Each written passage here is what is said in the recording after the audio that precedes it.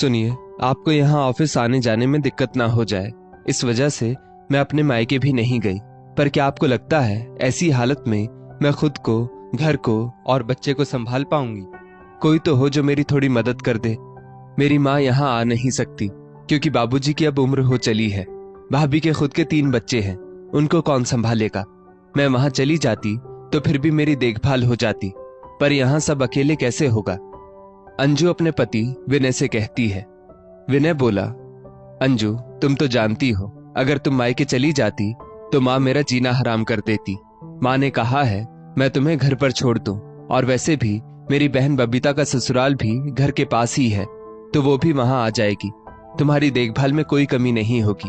तुम चिंता मत करो, कुछ ही दिनों की बात है और मैं भी छुट्टी लेकर वहां आता जाता रहूंगा। अंजू बोली, नहीं नहीं, मैं वहां कैसे जा सकती हूँ? बाबूजी इतने बूढ़े हैं, उन्हें तो गाड़ी चलाना भी नहीं आता, और ना ही वहां पास में कोई अच्छा अस्पताल है। अगर मुझे अचानक से रात में दर्द उठा तो आप ही बताइए, कौन मुझे अस्पताल ले जाएगा? और बच्चे के जन्म का समय कोई पक्का नहीं होता है। अगर आप वहां नहीं रहे तो? विनय बोला, तो तुम ही बताओ अब इसका क्या उपाय है? मेरी तो हालत ऐसी है, अगर तुम्हारी खुशी और आराम देखता हूं तो माँ और बहन नाराज हो जाएंगी, और उनकी देखूंगा तो तुम्हें दिक्कत हो जाएगी। तुम ही बताओ अब मैं क्या करूं? अंजू बोली, मुझे कोई दिक्कत नहीं है। आप ऐसा कीजिए, मम्मी जी को यहीं बुला लीजिए। अगर बबीता दीदी भी आना चाहे तो उन्हें भी बुला लीजिए। 2-4 महीने मैं उनकी कड़वी बातों को भी दवाई समझकर पी लूंगी। अपने बच्चे के लिए मैं इतना तो बर्दाश्त कर ही सकती हूँ। विनय बोला, 2 कमरों के घर में कहीं उन लोगों को दिक्कत ना हो जाए। तुम तो मेरी बहन का स्वभाव जानती हो।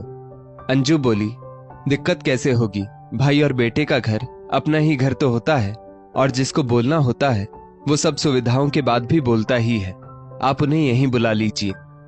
विनय ने अंजू की बात मान ली और अपनी माँ कामिनी जी से बोला, माँ तुम अपनी बहू की हालत तो जानती ही हो। अब तुम्हें अपने पोते पोती के लिए कुछ वक्त निकाल कर यहाँ भी आना होगा, और बाबूजी का खाना पीना तो चाची भी देख लेंगी। तो तुम यहाँ आ जाओ, और अगर बबीता आना चाहे तो उसे भी ले आओ। कामिनी जी बोली, बहन को बुला तो रहे हो, पर देखना उसकी आओ भगत में कोई कमी ना रहे। ऐसा करो, हमारा टिकट AC 2 वाले डब्बे में करवा दो, ताकि हमें आने में कोई दिक्कत ना हो। विनय बोला, माँ ठंड के दिन है, अगर AC 3 टायर में करवा दूं तो क्या दिक्कत है? वैसे ही खर्चे कम नहीं है। आप तो समझ सकती हैं कि अभी बच्चे के आने के बाद और कितने खर्चे होंगे। कामिनी जी बोली, हाँ हाँ, बीवी और ससुराल वालों के लिए जब खर्च करना होता है तब तो तुम इतना नहीं सोचते हो। अब माँ बहन के लिए खर्च करना है तो इतना सोच रहे हो। ठीक है, AC 3 में ही टिकट करवा दो। अब कमाऊ बेटा भी इतनी कंजूसी करेगा तो एक माँ भला क्या कहेगी? इतना कहकर उन्होंने फोन रख दिया। कामिनी जी के पति कमलेश जी माँ बेटे का वार्तालाप सुनकर बोले, भाग्यवान, तुम बहू की मदद करने के लिए जा रही हो या बेटे के खर्चे बढ़ाने के लिए जा रही हो? टिकट AC 3 में हो या AC 2 में, क्या फर्क पड़ता है? सही तो कहा विनय ने, ठंड के दिन है। मैं तो कहता हूँ तुम स्लीपर क्लास में भी जा सकती हो। याद है अपने मायके तुम लोकल ट्रेन में धक्के खाते हुए जाती थी, और आज बेटे के पैसे ऐसे खर्च करवा रही हो। कामिनी जी बोली, आप तो चुप ही रहिए। अपने पैसों पर तो आपने कभी AC डब्बे में नहीं बिठाया। अब बेटा भी अगर माँ पर खर्च नहीं करेगा तो क्या फायदा? बेटे के पैसों पर क्या बस उसकी बीवी का अधिकार होता है? बात करते हैं, चलो हटो। इतना कहते हुए कामिनी जी अपनी बेटी बबीता को फोन करने के लिए चली गई। 2 दिन बाद बेटे ने टिकट करवाकर भिजवा दी। माँ बेटी दोनों शहर पहुंची। उस दिन तो किसी तरह अंजू ने खाना पीना बना दिया था, पर उसका 8वां महीना शुरू हो चुका था, तो अब उसे काम करने में बहुत दिक्कत होती थी। देखते ही देखते प्रसव का समय नजदीक आ गया और अंजू ने एक प्यारी सी बच्ची को जन्म दिया। करीब 4 दिन तो अंजू अस्पताल में ही रही। घर लौटी तो विनय ने 2-3 दिन की छुट्टी ले ली। उन 2-3 दिन तो अंजू की बहुत देखभाल हुई। उसके बाद विनय दफ्तर चला गया। इधर अंजू को बहुत तेज भूख लगी।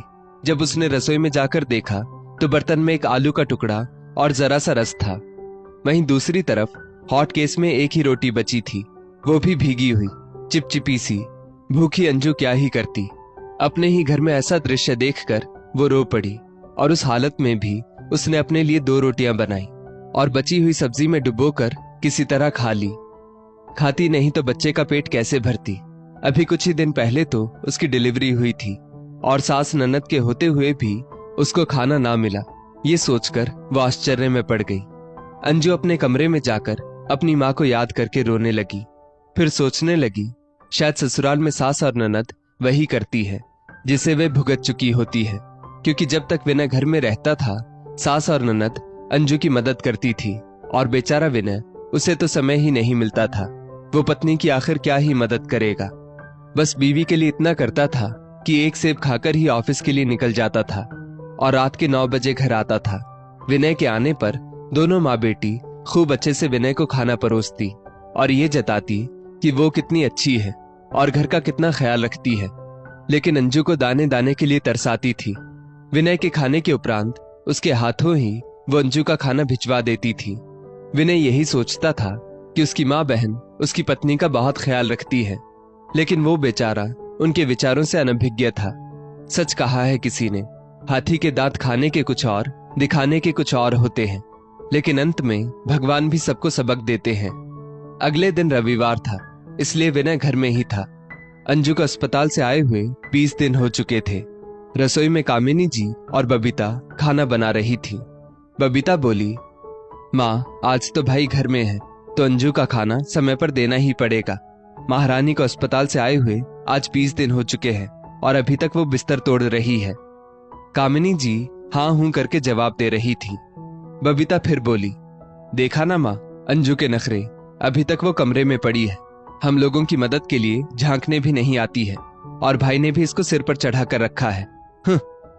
कामिनी जी तमक कर बेटी का पक्ष लेते हुए बोली, अब क्या कर सकते हैं, 1.25 महीने तक तो ये सब झेलना ही पड़ेगा, फिर महारानी जी अपना किचन संभालेंगी। बबीता बोली, और नहीं तो क्या, लगता है इसके बाप ने हमें नौकर बनाकर यहाँ भेजा है। थोड़े दिन ठहर जाओ, आखिर यहाँ से कभी ना कभी तो ये ससुराल आएगी ही, फिर इसे सबक सिखाऊंगी। माँ बेटी की कानाफूसी जारी थी और बेचारी अंजू को बस रविवार को ही विनय के घर पर रहने से खाना वक्त पर मिल जाता था। बाकी दिन तो वो खुद ही खाना बनाकर खाती थी। इसके बारे में विनय जानता भी नहीं था। देखते ही देखते 1.25 महीना भी बीत गया। अब अंजू ने रसोई संभाल ली और बेटी को देखने के लिए एक लड़की को रखा ताकि घर के कामों में उसे सहायता मिल सके। उसके बाद तो सास और ननद बस ठाठ से बैठकर अपनी पसंद का खाना बताती थी और अंजू बनाती थी। एक दिन दोनों माँ बेटी अंजू की शिकायत करके आपस में खुसुर फुसुर कर रही थी, पर उन्हें पता नहीं चला कि उस दिन विनय दफ्तर से जल्दी आ गया था। विनय ने उन लोगों की सारी बातें सुन ली, पर वो चुपचाप अपने कमरे में चला गया।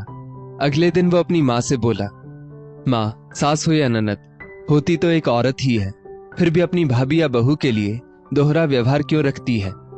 कामिनी जी बोली, बेटा मैं तुम्हारी बात समझी नहीं।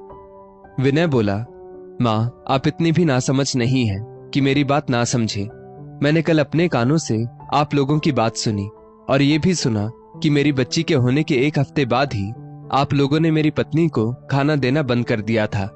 वो इतने दिनों से खुद खाना बनाकर खा रही थी, पर उसकी महानता देखिए, उसने मुझे एक बार भी ये नहीं बताया कि आप लोगों ने उसके साथ ऐसा व्यवहार किया है।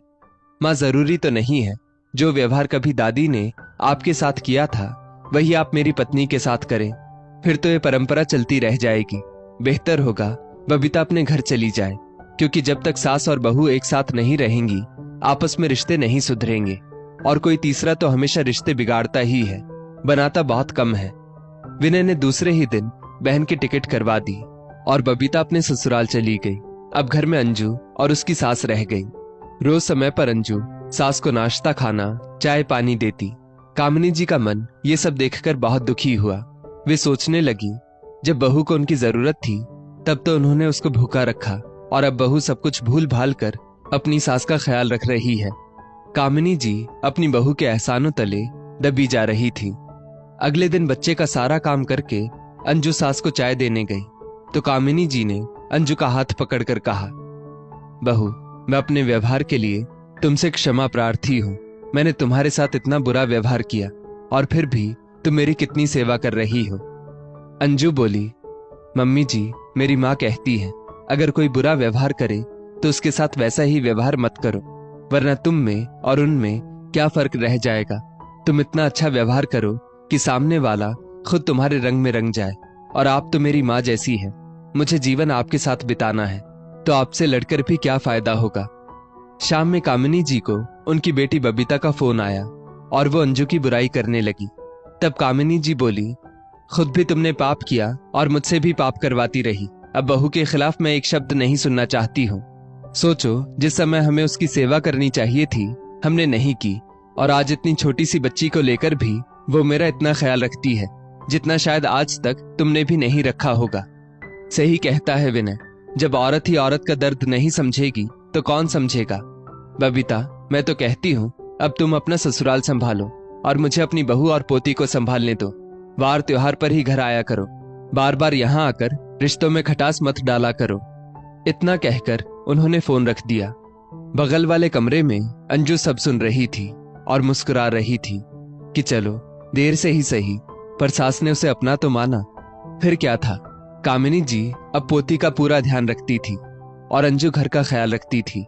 कुछ समय बाद कामिनी जी भी वापस गांव चली गई, पर वहां उनका मन नहीं लगता था, तो हर 2-3 महीने बाद वो दोनों दंपति बेटे बहू के पास चले आते और पोती संग समय बिताते थे। अंत भला तो सब भला। दोस्तों, इस स्टोरी को लेकर आपकी क्या राय है, नीचे कमेंट करके जरूर बताइएगा। और ऐसी ही और भी बेहतरीन वीडियोस के लिए हमारा पेज जरूर फॉलो करें। धन्यवाद।